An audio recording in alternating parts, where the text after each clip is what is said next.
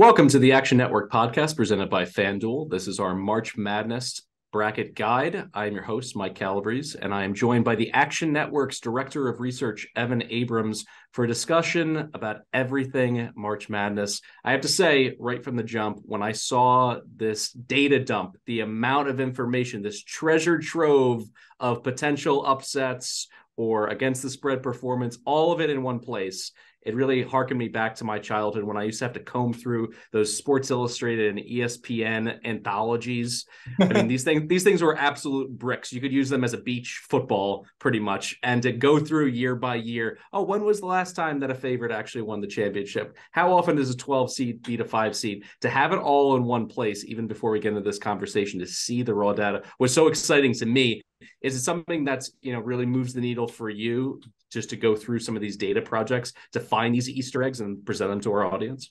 Well, yeah, first of all, Merry Christmas, Happy New Year, Happy March Madness. I mean, to be honest with you, it's a table setter that needs to be done, at least from my point of view, like weeks in advance. Because once we get to yesterday and today and conference championship week, I don't want to do that stuff. Like that stuff should already be done so that we can use it as like, if I need to reference something, if, every 10 is favored over a 7 or, things of that nature. It's just easy things to refer back to. And it helps, like, when you have this many people covering the sport like we do, and we have live shows and podcasts, just all try to get it under the same window. Yeah, just going through this, it's interesting, like you said, to get your homework done ahead of time so that you can shoot from the hip, but responsibly when filling out your bracket. And a note before we get started, all of this data that you pulled, it all tracks back to 1978. Why 1978? Why not 1985? 1978 was the first year that the NCAA tournament was played with actual seeds attached to the teams. So it's important in terms of referencing our data that will be going all the way back to 78. But in general, the modern tournaments, when you think about those 12-5 upsets and the numbers really being meaningful on a yearly basis, that kind of goes back to 1985. So when you look through this, was there anything before we get into specifics that were a little bit more generational, where this happened in the 80s and 90s, or this is a new, phenomenon that seems to be bubbling to the surface? 11. It's the 11 seed. I mean, recently, I think, since the 2000s or so, even late 2010 area, it's been the 11 seed. I think they're over 500 potentially. I have it in my article on actionnetwork.com that has like all the trends kind of laid out, but that never used to really be the case. Like the 12 over 5 is also relatively a new modern thing, which I think everyone's kind of caught on. But I think like it might have been, I think it was you who mentioned this as well, like the 13, 14, when you take each of those on the money lines and things of that nature. I just think the tournament, especially this year, when we're going to talk about Houston, who's only plus 550, we're just not used to that price as like a favorite entering the tournament. It's usually you've got your 3-1s, your 4-1, someone who's like really good. And we've been saying it all year, the team's just not there. Yeah, it's interesting. On Selection Sunday, one of the very last games to come down to the wire was the AAC title game. Houston, they've been carrying the banner as the number one team, at least by Vegas power ratings, just about for the entire season. They go down by, I want to say, double digits to Memphis, and the national reaction was, yep, that's this season. It's absolutely insane at this point, which brings us to one of the first buckets of data that you went through, which is, can you look to any particular conference, the AAC, being on the outside of that power six? Is that a hindrance to a team like Houston, or playing from, a power conference like the Big 12 where you battle tested? When you go through the overall performances by conference, what are some things that jump out to you? And I'll say this through the lens of, what's always jumped out to me is when any time Bill Walton says the Conference of Champions. Well, not since 1997, Bill. That's the last time a Pac-12 team cut down the nets as the national champion. I was going to say, the stat that I love that I kind of use as a table setter, and things are great when they continue, right? Until someone wins it and then the trend ends. But at the current moment, Arizona won the national title back in 1997. No team has won the championship west of Texas since then. So your UCLA's, your Gonzagas, anyone you can think of on the west side of the United States hasn't won the title in a long time. So, I mean, it's a little bit weird. You try to look at a map and say to yourself, okay, how many teams actually fall west of that? But when you do think about your Arizonas and your Pac-12 and things of that nature, it is interesting. The one thing you will see everywhere, Mike, and I know I went to Indiana as a person of the Big Ten. I know this as well. Big Ten hasn't won the title since 2000, which every year you hear it is like, how is that possible? Mateen Cleaves, Tom Izzo, that was the last time that conference won the title. And then you start to look at even the SEC, 2012 Kentucky. And you think about those teams who have been at the top with the Auburns and the Tennessees. It hasn't happened in a long time. I think from an ATS perspective, and it's been talked about really all day. And I actually think it's actually funny. Most of us will look at the matchups this year and probably prefer the Mountain West, but they're 3-11 against the spread in the dance since 2016. So some crazy stuff. Yeah, it's difficult to get excited about those West Coast teams or the teams in the Rockies region just because of how difficult it's been for them to string wins together. I don't know if there's so much that you can put into where some of these venues are selected. You look at the travel, and it's not just for the teams, but it's also for the fan bases, where you can, start to rack up those 1,000-mile trips pretty quickly. And the tournament committee tries their best to balance it out with the first and second round venues. But when you look at the map, you can go onto Wikipedia and see where those, thumbtacks are put. Most of them are east of the Mississippi. So it is interesting in terms of travel, not just for the teams and coaches, but also for the fans. All right, let's get into something else in terms of how rare champions are to come from outside of that quote unquote elite fraternity. So it's not just the blue bloods, it's on a yearly basis. You generally think to yourself, those 1, 2, and 3 seeds, they're all priced, 20 to 1 or shorter. Is the winner going to come out of there? Or am I going to be able to cash in on a UConn dream run when they hit for 100 to 1? Or, some of these teams, North Carolina almost cut down the nets last year, had a halftime lead in the title game. They came out of nowhere. So how rare is it actually for one of these programs to win from way back in the pack? So I think you'll always start with the unicorn. You'll start with the one team who kind of went against the grain and did it all, and that was UConn in 2014. They were 100 to 1 entering the tournament, and they are the only triple digit future odds to win it all. So they're kind of your unicorn. And then moving beyond UConn, 20 to 1 or higher has only happened 4 times. So that's the 2014 UConn team, the 2011 UConn team, and then you've got to go all the way back to Nova in 85 and NC State in 83. Those are the only 4 times that it's happened at 20 to 1 to higher and higher. So I think that's interesting. But again, even if you dip it down a little bit, we've had 44 NCAA tournament champions since that 1978 date. Only 9 entered the tournament 15 to 1 or higher. So about 20%. It's interesting, too, you get into how rare it is for one of those pre-tournament favorites to get knocked out in the first weekends. If you're traveling in the Midwest and you say Ali Farouk-Manesh, that'll bring out strong emotions one way or the other if you're talking to a sports fan. So how often do those teams actually get booted? Because this year, the buzz is palpable. The top teams are vulnerable. There's no super team. So is there an actual chance for a team to lose before getting out of the first weekend? And if so, how rare would that be in historical, perspective? In a blanket statement, the last pre-tournament favorites to lose in the first weekend since 1990 were Kansas in 2010. So again, it's been 12, 13 years since we had that happen. So even though we've seen those Virginias and things like that go down, that real team at the top tends to advance through. So 2010 Kansas, 2004 Kentucky, and then you've got to go all the way back to 94 UNC. So really only twice in the last, 20, 30 years. You spoke earlier about Houston and how it relates to their futures odds, which essentially, I don't have the numbers in front of me, but I want to say they opened in that 10 to 11 to 1 range. And I've just slowly ticked down, but basically hit a wall at 6 to 1, never got any lower than that on the season. Is that typical, or is that something where usually you have to pay a premium to get a team that has been number 1 for the majority of the season? They're both top 10 in offensive and defensive efficiency. Generally, you have to overpay for that, right? Usually, and let's just hone in on that. It's really 6 to 1 plus 550 number. It was 6 to 1 earlier this morning, and it's funny, it actually moved to 550 as the bracket was getting announced, kind of giving it a little bit of tax up. But it's interesting. 45 tournaments since 1978.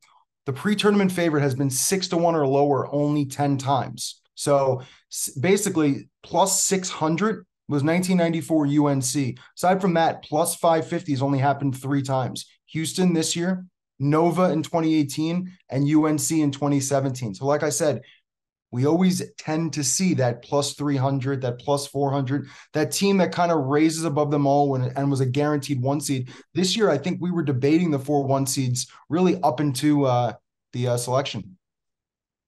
Earlier, I kind of wanted to tease out the idea that modern college basketball, by opening up, has opened up to the Cinderella. So let's zoom out, not necessarily from a national championship perspective, but winning 4 games is a huge accomplishment. It can change your school's profile. Just ask Loyola Chicago. How rare is it for a team that is really lucratively priced out in the market to make the Final Four? How often is that happening? And have you seen an uptick in, let's say, the last 15 years? It's insane, Mike. And I'll just start here. When I went back and started to look at the future odds for all of these teams dating back 80s, 70s, things of that nature, the Texas Southerns, like the teams who now you would see as the 15, 16 seed, only opened at 200 to 1, 250 to 1, 300 to win the tournament. Now you're looking at 2,000 to 1, 3,000 to 1. So, based off of the legalization of betting, I think we've seen a large tick in actually the odds of these teams in the tournament. So when you look at since 2000, 9 teams have made the Final Four at odds of 125 or higher, which is actually pretty frequent. Loyola Chicago is 380 to 1, VCU 300 to 1. South Carolina in 2017, 280 to 1. So the George Masons, even, and I think this might be the crazier part, you've even seen it from the Carolinas and the UCLAs. Like even the Blue Bloods have found their way to have those high odds and make it to the Final Four. So opportunity ripe. And again, the rollover, right?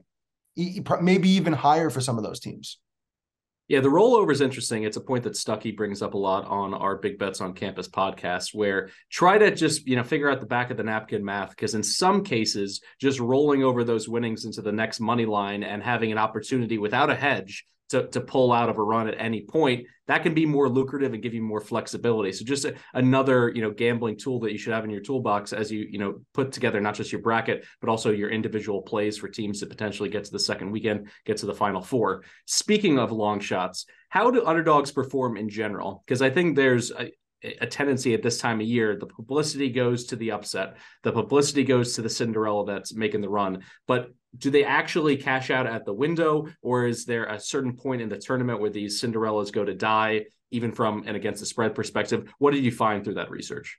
The one other tip I'll give as well, if you're going to put like a really big long shot in, split the tickets, especially at these books that allow you to get some cash outs and stuff like that. If you're going to put $50 on a future, 30, 20 it, and you might find yourself in an opportunity as well. So that's one thing as well. But let's just talk about underdogs, as you said.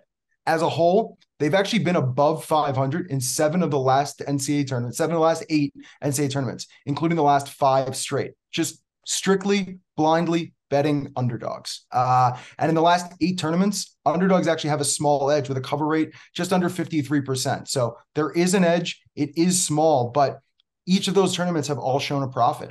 And I don't think that's really shocking, right? I mean, each time we go into these, I tend to think that the lines kind of get bet down. And I kind of think that the bigger favorites tend to become smaller in these areas as teams tend to pluck out underdogs. And the one note I will add, in the last 5 tournaments, the most profitable round for dogs, Sweet 16 and round of 64. So we tend to see the dogs come through in the round of 64 and then kind of die out in the round of 32. We see that most years. Yeah, that was one piece of information, just looking at the raw data that you provided, that really popped out to me, because you have the emotional elements, almost kind of resetting yourself. Can you, get beyond this idea of, we just had one of the biggest wins in program history. Now we have to get back up for another team that's also probably going to be higher seeded if we're coming from the back of the pack. And at this point as well, looking at the Sweet 16, you get that 4 to 5 day break. You get to travel. In some cases, you go home. You get to reset, emotionally. I know it's something that's a little bit mushy and a little bit difficult to quantify, but I do think from a human nature perspective that it does actually make sense. So when looking at the Sweet 16, I think I'll kind of recalibrate my expectations there. Speaking of coaches and kind of, trying to guide these 19, 20, 21-year-olds through the emotional roller coaster, for some of them, these head coaches are doing it for the very first time. And at the college football level, I am very adamant about backing coaches that are battle tested, that I've seen how they're going to play call. I've seen how they handle clock management in the last 2 minutes of halves, all these different elements of situational football. I want to see how they handle the pressure. College basketball is a little bit different. I do know that, March Madness can become a half-court grind, a lot of reviews, a lot of stoppages. So there's an opportunity, if you're a really good coach from an X's and O's perspective, to kind of flex a little bit and give your team a little bit of a boost. But in general, my outsider expertise on this is that so many teams, it's more of a philosophy. It's more of a motion offense. It's more of a always be running, or let's focus on this, as opposed to I'm a pure tactician. So with all that being said, how have first-year coaches performed in the tournament? Is there anything that you can circle as either a plus or a minus? And the one thing I will say, which I do think you said, and I agree with, and is true, is like there's almost 3 seasons when you're a coach, especially early on. It's the regular season, it's the conference tournament, and it's the NCAA tournament. And I think there's different styles in all 3 of those different seasons. So I think without having that NCAA tournament experience, you can have your St. Peter's and things like that happen sometimes. But again, since 1985, only 5 Elite 8 appearances for coaches in their first D1 season. And we saw it with Hubert Davis last year, but after that, 2002. So it really just doesn't happen. And I think that's one thing to look at, especially when you have to, you can win a game, you can win 2 games. But I think after you get really the preparation that's needed to win those second and third tier games, that's when you see most of these teams die off. What's interesting at this time of year is that everyone gets so laser focused on the seed. This is a 4 seed as opposed to a 6 seed, as opposed to a 10 seed. When in reality, I think a lot of people would be surprised to find out, in terms of the advanced metrics and also the AP and coaches polls, sometimes those teams that are on different lines may only be 3 or 4, numbers away in an AP poll. So from a ranked versus unranked perspective, if you just zoom out and look at it there, as college football does all the time, as so many other college sports do, they really focus on the national ranking versus unranked. Is there any correlation between performance on that level? There definitely is. And I think it works the way it tends to work sometimes in college football. And it's funny, when you open up the Action app, you have, and you look at the matchups, one by one for the NCAA tournament. On the left-hand side, you have the ranking, the AP rank versus the seed rank. And it's funny to see a lot of those teams in like really tight spread games, because the public tends to like those teams. So if you look over the last decade, ranked teams are hitting just 43% against the spread of the NCAA tournament versus unranked opponents. $100 better would be down almost $2,000 in that span. So I think over a large sample size, again, the public tends to beef up some of those ranked teams, some of those teams that might have a number next to them that might be looking better, and they don't really cover. All right, we've got into a lot of the seeding, a lot of the national ranking, how it relates to futures odds, but let's go off the board here. What's something that you've noticed from a statistical deep dive perspective that you've mined out that maybe you want to keep a little bit close to your vest, but you're going to go ahead and share with our audience because it is profitable? What's a trend that popped out to you? So let's just look at it as a blanket point of view first, and then we'll kind of hone in. The blanket point of view is first half unders tend to be a profitable trend in March Madness. Overall, now listen, you're going to have your higher numbers, your lower numbers, and it's going to go up and down based off day. But overall, teams tend to be a little bit colder early on, tend to find their steam, and you tend to find second half overs. But like I said, if you hone in using our Bet Lab system, which you can go online and check it all out, since 2011, March Madness games that tip before 2 p.m. Eastern that have a first half total under 70, 66% to the under, an ROI of 25%. So really, what's that telling you? Early games, low total games, already kind of predicting that type of nature, and those games tend to go under as well. I'm not sure if you've attended March Madness in person, but I've made it to everywhere from the first rounds all the way through the regionals. Have not attended the Final Four in person. But what I can tell you is that particularly early on in that round of 64, when you get there for the first game, there may be a game at 12 and 3 and then a break. Sometimes there's a late arriving crowd. And I think there is an element to, we're on the biggest stage in college sports. For some of the underdog teams, those 12 through 16 seeds, this is their moment. They've lived their whole life for, and it's at 40% capacity for a noon tip-off. I absolutely have to believe that it plays into a little bit of the energy. And you can see it as well when a crowd doesn't necessarily have a rooting interest. all of a sudden they'll just start going for the underdog because, hey, it's March Madness, it's fun, and you can see that energy, that juice get shot into a team. I saw it last year. I was at the regional in Philadelphia when St. Pete's won in the Sweet 16, and basically once they were in it in the second half, the audience was like, okay, we just have to back the Peacocks here. So it can be interesting from a timing perspective when to go ahead and fade a hot start as opposed to looking for a lot of points right off the bat. This particular bracket, sorry, go ahead. No, I was gonna say the interesting thing about that as well is the stadiums, like where they're actually playing. A lot of research should be done there because some of these places don't house college basketball games all the time, or depending on, the format, it's just, those are things I like to look into as well based off of just where the total is in the game. Speaking of St. Pete's, this one caught my eye. You pulled this from the Bet Labs database. After a team pulls off a double-digit point spread upset at an NCAA tournament, they are 3-17 straight up and 5-15 against the spread in the following rounds, dating back to 2015. Sometimes I do believe, as we mentioned before, that you spend all that emotional capital. Is there anything else that you saw in that data in terms of their performance that broke down maybe to a first half play or a situational play? I do know that a lot of sports books are starting to offer the race to 10 bet and some of that micro betting options. Was there anything that you saw from that perspective? Well, two things I'll add is that trend pretty much matches up well with the first half as well. So those teams who tend to struggle in that game after the upset tend to struggle kind of overall throughout the game. It's just hard to get up again. And I'll add those teams were 0-9 straight up between 2005 and 2013. And then you had Florida Gulf Coast. But I think that is the thing that's interesting is Florida Gulf Coast, they're a blip on the radar. Like I think the trend actually is stronger than the blip. So I think finding those teams who do pull off those big upsets, especially the emotional ones for maybe schools haven't been to the tournament in a long time, I think it's tough to turn around in that amount of time. It's been a semi-recent development, the first four in the expansion to not only have the play-in for the 11 seeds, but also for the 16 seed.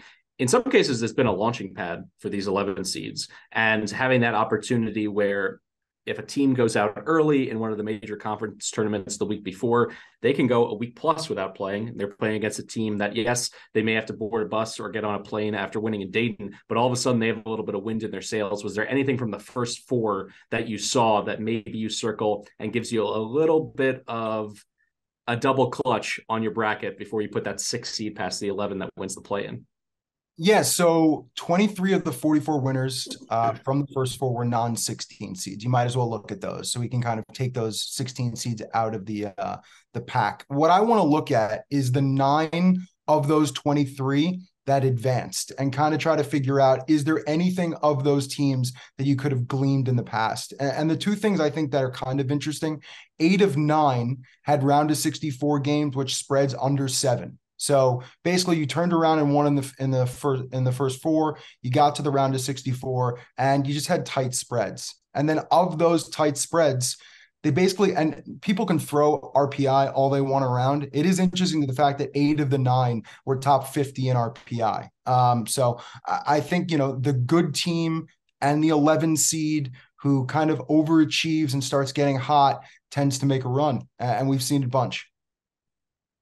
I also noticed some data you had on teams that end up winning the national championship. For the most part, they're not going through against the spread, losing streaks on their way to cutting down the nets.